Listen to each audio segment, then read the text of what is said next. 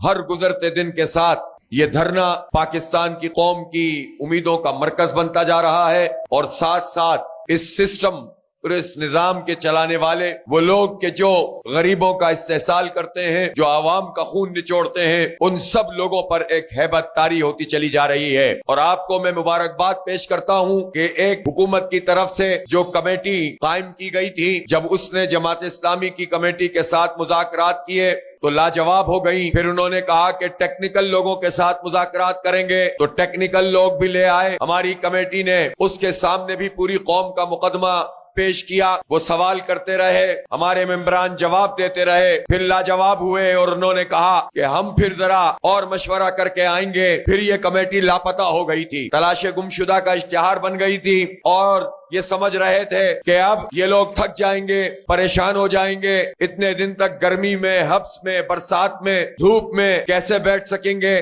لیکن پھر آپ کے جذبوں نے، آپ کے ولولوں نے، اور اس اسٹیج سے جو پروگرام چاک آؤٹ ہوا اس کے اعلان نے ایک مرتبہ پھر اس کمیٹی کو بیدار کر دیا ہے۔ اور ہم حکومت سے یہ کہنا چاہتے ہیں کہ اگر کمیٹی کھیلنا ہے تو اس کے لیے بھی ہم تیار ہیں۔ وہ جتنے دن ٹالیں گے مسئلہ ان کے لیے ہی بڑھے گا۔ آج 6 اگست ہے اور انشاءاللہ پرسوں ہم یہاں مری روڈ پہ مارچ کریں گے، آگے کی طرف بڑھیں گے انشاءاللہ تعالی۔ خاص طور پہ میں نوجوانوں سے کہہ رہا ہوں، بڑی تعداد میں اس دھرنا گاہ میں شرکت کیجئے، اور انشاءاللہ جب ہم مارچ کریں گے، لاکھوں کی تعداد میں آگے بڑھیں گے، تو پھر یہ ہم پر منحصر ہوگا کہ کوئی رکاوٹ آئے گی تو اس رکاوٹ کو کیسے ہٹانا ہے اور کیسے آگے بڑھنا ہے، یہ فیصلہ یہ دھرنے والے کریں گے۔ اس لیے اگر حکمرانوں نے یہ سمجھا ہے کہ وہ ڈیلینگ ٹیکٹکس استعمال کر کے ہمیں تھکائیں گے، تو یہ بات سمجھ لیں کہ یہ تھکنے والے لوگ نہیں ہیں۔ ہر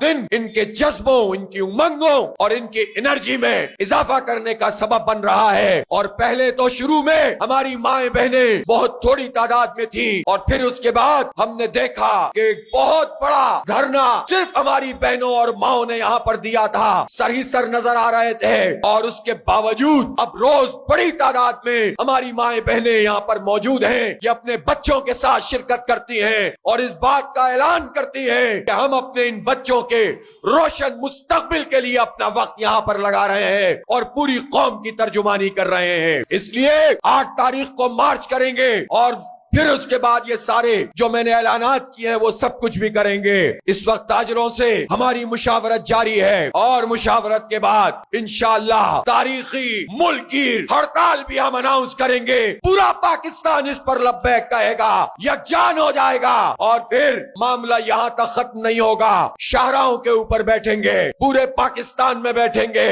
اور ہو سکتا ہے کہ 14 اگست کے فوراً بعد ہم اعلان کریں کہ اب پاکستان میں اس ظالم حکومت کو، IMF کے ایجنٹوں کو ہم بل جمع نہیں کرائیں گے۔